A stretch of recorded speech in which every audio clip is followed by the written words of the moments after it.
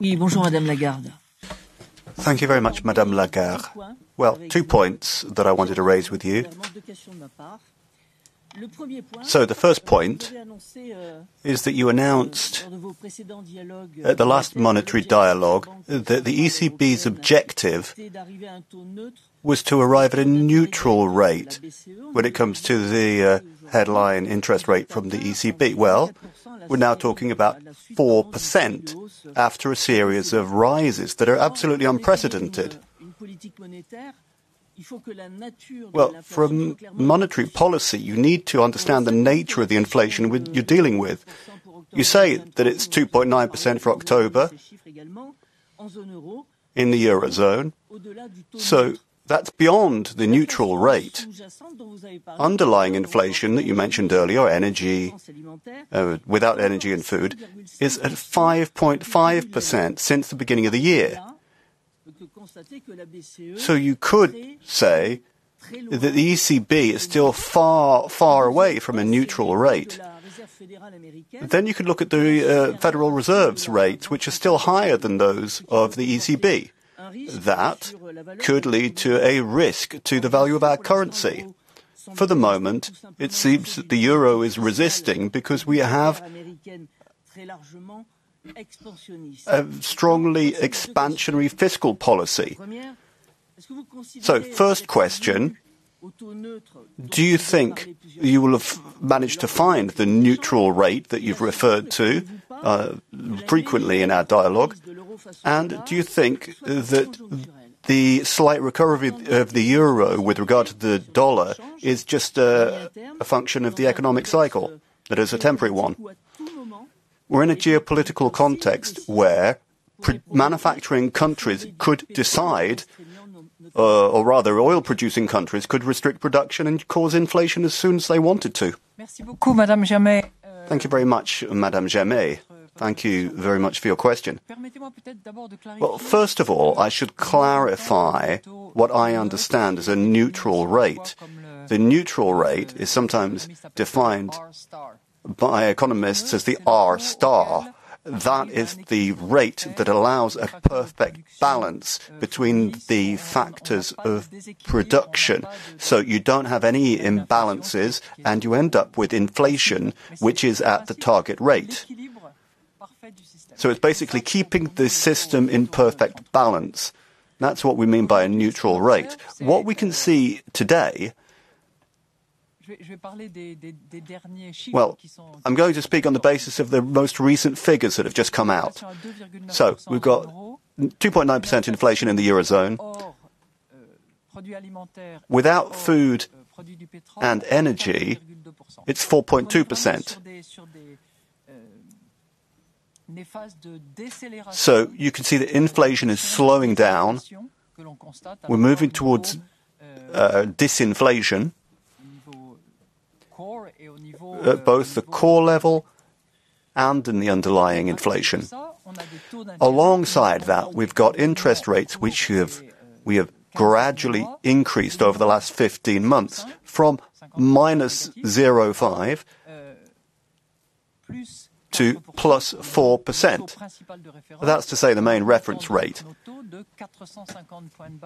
So we've increased by 4.5% in the space of 14 or 15 months.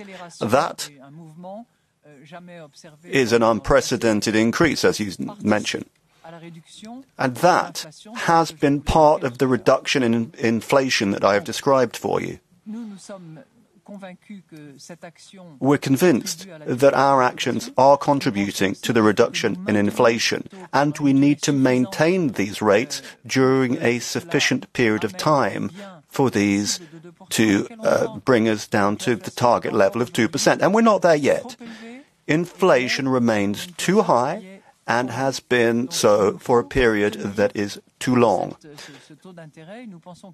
So we need to maintain these interest rates. We think if we maintain these rates for long enough, that will contribute to bringing us back down to the target level of 2% over the medium term. That is what we will do. We will deliver, and we will do that on the basis of the data that we receive from the economic forecasts.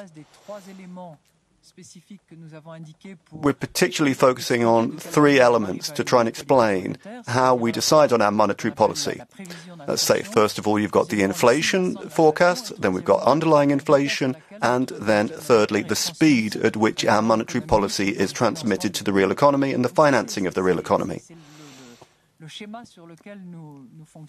So that is the schema that we're following. So we have to be patient and attentive. I say we have to be patient because we've made a big effort over the course of the last 15 months. We need to check carefully to ensure that inflation falls, that transmission takes place, and that all of the monetary policy measures are properly transmitted and have an impact on the economic system. We need to be attentive because there are some factors which are currently contributing to inflation. We need to think about unit labour costs and the contribution of profits. So there is an interaction between the two which is quite decisive in determining the development of inflation in the service sector. And services are the sector which is currently contributing the most to inflation.